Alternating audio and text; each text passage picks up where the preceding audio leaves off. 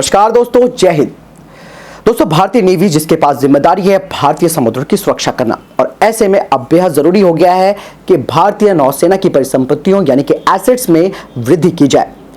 जहां आमतौर पर लगातार आप सुनते आए होंगे कि हिंद महासागर क्षेत्र में यानी कि इंडियन ओशन रीजन में लगातार चीन घुसपैठ कर रहा है। ऐसे में अब चुनौती बहुत ज्यादा बढ़ चुकी है।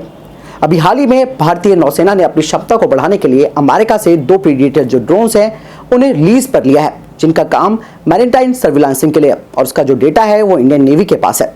और लगातार इनका इस्तेमाल किया जा रहा है। अब भारतीय नौसेना ने एक और नया विचार बनाया है जो कि लाइट यूटिलिटी हेलीकॉप्टर्स को लेकर है, जो कि बेहद हल्के विमान है और ये हेलीकॉप्टर्स मल्टीपर्पज के लिए है। और ऐसे में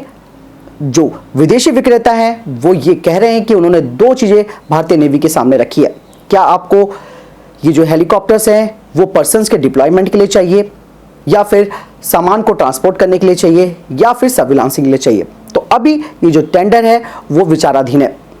लेकिन सबसे ज़्यादा ज़रूरत थी यहाँ पर भारतीय नौसेना को यूटिलिटी हेलीकॉप्टर्स की, और इस कमी को काफ़ी लंबे वक्त से भारतीय नेवी झेल रही है। और ऐसा कहा जा रहा है कि करीबन 12 से 18 हेलीकॉप्टर्स जो हैं वो लीज पर लिए जाएंगे, और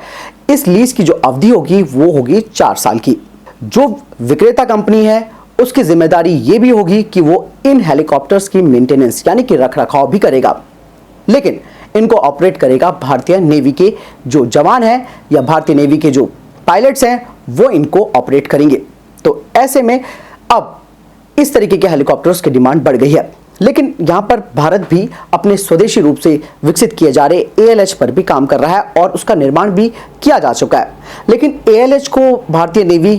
क्यों नहीं एक्सेप्ट कर पा रही है, जिसकी सबसे बड़ी वजह जो सामने आई है वो है इनका साइज।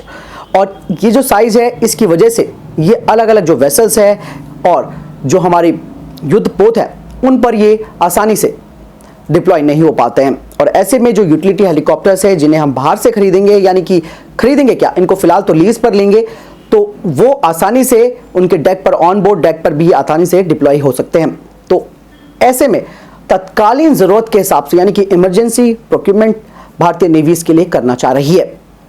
दोस्तों, लीज पे लिए जाने वाले जो ये हेलीकॉप्टर्स है इनको धीरे धीरे इनको भी बदल दिया जाएगा, जब भारतीय नेवी या तो इनकी आवश्यकताओं को पूरा कर लेगी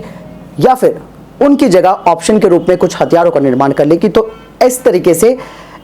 ये जो विदेशी हेलीकॉप्टर्स हम लोग लेंगे लीज पर उन्हें वापस कर दिया जाएगा, यानी कि ये ज़्यादा लंबा टाइम का पीरियड नहीं रहने वाला है, यानी कि ये जो लीज है वो ज़्यादा लंबे समय तक नहीं रहेगी। और इस लीज पीरियड के दौरान ये जो हेलीकॉप्टर्स होंगे वो केवल मशीन गन से इंटीग्रेटेड होंगे। वहीं भारतीय नेवी नेवल यूटिलिटी हेलीकॉप्टर्स का जो सौदा है जो कि करीबन 21,000 करोड़ रुपए का है, उस सौदे का पीछा कर रही है। और समस्या यहाँ पर यही है कि HAL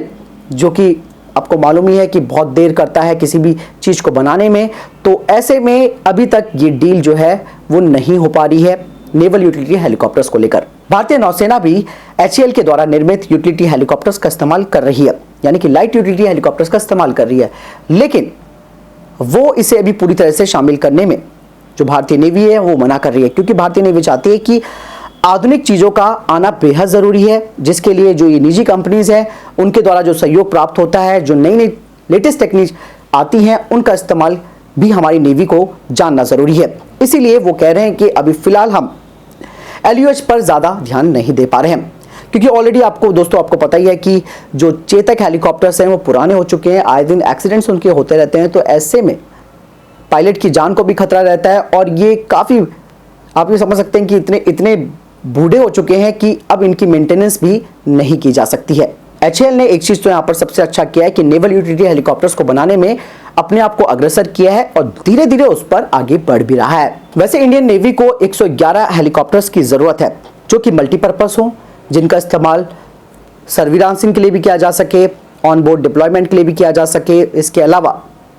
रेस्क्यू के लिए भी किया जाए। तो ये सारी चीज़ें हैं जो कि भारतीय नेवी को इस वक्त चाहिए कि उनके लाइट यूटिलिटी हेलीकॉप्टर्स में ये क्षमताएं होनी बेहद ज़रूरी है, और साथ ही ऑन बोर्ड जो डेक होता है उस पर भी ये आसानी से उतर सके। हेलीकॉप्टर अधिग्रहण की जो प्रक्रिया है उसमें ऑलरेडी भारत की जो 4 कंपनियां हैं वो इसमें लग चुकी है, और जो कि विदेशी साझेदारी के साथ इन हेलीकॉप्टर्स का निर्माण भारत में करेगी। अब आपके मन में एक सवाल आ रहा होगा कि भारत रूस से कामोव हेलीकॉप्टर्स भी तो ले रहा है, लेकिन यहाँ पर कामोव के बारे में मैं बताना चाहूँगा कि कामोव 226T हेलीकॉप्टर्स जो कि इसी पर्पस में इस्तेमाल किए जा सकते हैं, उसको आने में देर लगेगी। और कर्नाटक में 2025 में इसका जो प्लांट है वो बनाया जाएगा और करीबन 60 जो कामोव हेलीकॉप्टर्स है वो फ्लाई अवे कंडीशन में भारत आएंगे और उसके बाद जो बचेंगे जो हेलीकॉप्टर्स उनका निर्माण इंडो रशियन जो जॉइंट वेंचर है वो इन हेलीकॉप्टर्स का निर्माण करेगा। तो ऐसे में बहुत ज़्यादा वक्त खींच रहा है, तो लीज पर लेना बेहद ही एक आप ये समझ सकते हैं कि एक सराहनीय कार्य है भारतीय नेवी के द्वारा, क्योंकि हमें इस वक्त इमरजेंसी में अपनी ज़रूरतों को पूरा करना है। यार दुश्मन अगर सर पर आकर बैठ जाए तो हम क्या खरीद प्रक्रिया पर ही अपना ध्यान देंगे या फिर हमारे पास ऑलरेडी हमने लीज पर ले रखे हैं हम उनका इस्तेमाल करें? क्योंकि आपको मालूम ही है कि खरीद प्रक्रिया में काफ़ी वक्त लगता है, काफ़ी देरी लगती है, बहुत सारे आप ये समझ सकते हैं कि प्रोसेस होते हैं जिन्हें करने में कई साल बीत जाते हैं। तो ऐसे में बेहद ज़रूरी है लीज प्रक्रिया को जो अपनाया जा रहा है, लीजिंग प्रक्रिया को जो अपनाया जा रहा है भारतीय नेवी के द्वारा, वो बेहद ही आप ये समझ सकते हैं कि भारत की संप्रभुता और सुरक्षा के लिए ज़रूरी है। और अब आने वाले समय में क्योंकि भारतीय नेवी के सामने चुनौतियां बढ़ने वाली है, तो उनको अपने एसेट्स को बढ़ाना बेहद ज़रूरी है। वैसे आपको क्या लगता है, क्या लीज पर लेने की प्रक्रिया सही रहेगी या फिर हमें फिलहाल तो स्वदेशी रूप से बनाने में जो है वो वक्त लग रहा है उस पर ध्यान देना है, या फिर हमें जो कामोव हेलीकॉप्टर्स हैं उनका इंतजार करना होगा? आपको क्या लगता है? आप मुझे कमेंट सेक्शन में लिखकर जरूर बताएं। बहरहाल इस वीडियो के लिए इतना ही, मिलता हूं नए वीडियो के साथ, तब तक के लिए जय हिंद, जय भारत।